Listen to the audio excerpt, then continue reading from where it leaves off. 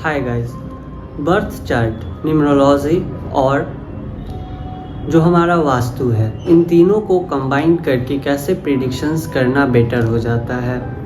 वास्तु वो चीज़ है जहाँ पे हम लोग रहते हैं, जैसे हमारा ऑफिस, हमारा घर, हमारा रूम इत्यादि।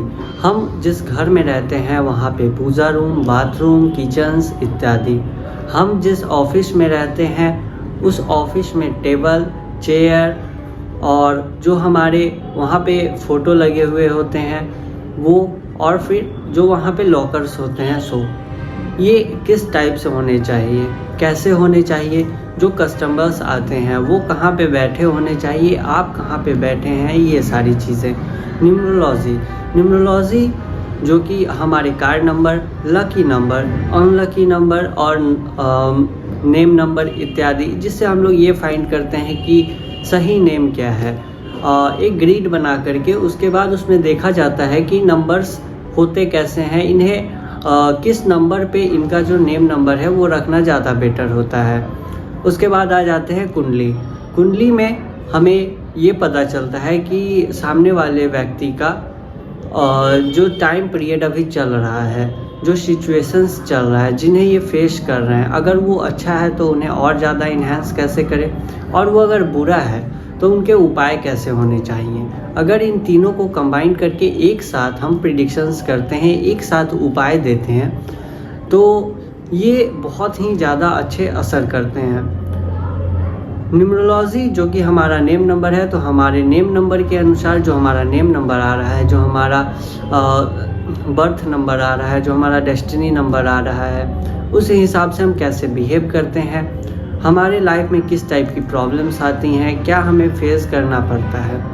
वास्तु के अनुसार हम जहाँ पे रहते हैं वहाँ का माहौल कैसा है, डायरेक्शंस कैसे हैं, क्या वहाँ पे किसी गलत डायरेक्शन में किसी भी चीज़ को रख देने से या फिर कोई गलत एंगल पे किसी रूम को बना देने से निगेटिविटी तो नहीं आ रही है। उसके बाद जो हमारा बर्थ चार्ट है उसमें कौन से योग हैं, कौन से दोष हैं, महादशा, अंतरदशा, प्रत्यांतर दशा, सूक्ष्म दशा, इन सभी पे डीप एनालिसिस और डीप विवरण करना बहुत ज़्यादा ज़रूरी है। तीनों को कंबाइन करके, तीनों को जान करके, उसके बाद एक सही प्रिडिक्शन दे करके लाइफ को बेटर बनाया जा सकता है। बहुत लोगों का क्वेश्चन इसमें ये आ जाता है कि इतना सब क्यों करें। तो एस्ट्रोलॉजी जहाँ पे भी बात आती है, ये ना केवल सफलता की चीज़ है, बस एफर्ट्स की चीज़ है। आप बहुत मेहनत कर रहे हैं अपने कैरियर में, अपने फ्यूचर को ग्रो करने में, बट वहाँ पे आपको सफलता मिल नहीं रही है। अगर थोड़ा सा एफर्ट्स डाल करके अपने दिन भर के दिनचर्या में से आधा घंटा या फिर 100-150 रुपये निकाल करके अगर कोई आपका काम बन जा रहा है तो आपको कोई प्रॉब्लम आई थिंक नहीं होना चाहिए, क्योंकि वो करने के बाद आपके लाइफ में बहुत सारे इन्हेंसमेंट आते हैं। ये एक नॉर्मल चीज़ नहीं है जिससे आदमी कुछ सीखता है, ये बस एफ़र्ट्स की बात है कि हम एफ़र्ट्स लगाते हैं या नहीं, और लगाते हैं तो कहाँ और कैसे लगाते हैं। बस इसी पे एस्ट्रोलॉजी जो है वो डिपेंड करती है। अगर आप केवल अपने वास्तु का रीडिंग करवा रहे हैं, अपनी कुंडली दिखवा रहे हैं, अपनी न्यूमरोलॉजी की प्रिडिक्शंस करवा रहे हैं, अपनी हस्तरेखा को दिखवा रहे हैं, और उसके सामने वाले के द्वारा दिया गया उपाय को अगर आप नहीं करते हैं तो वो दिखवाना या देखना सब व्यर्थ है।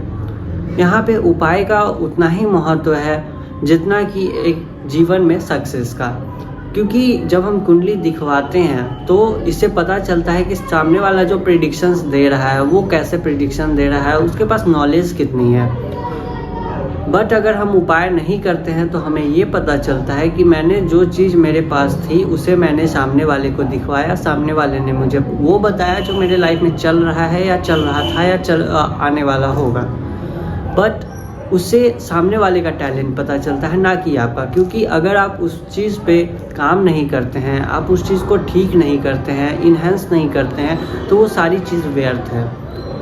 इन तीनों को मिला करके numerology, vastu and birth chart reading, ये तीनों को मिला करके एक प्रिडिक्शंस निकलती हैं, उसके रिलेटेड उपाय निकलते हैं, उस उपाय को करना बेहद ज़रूरी है। आज के लिए बस इतना ही, धन्यवाद।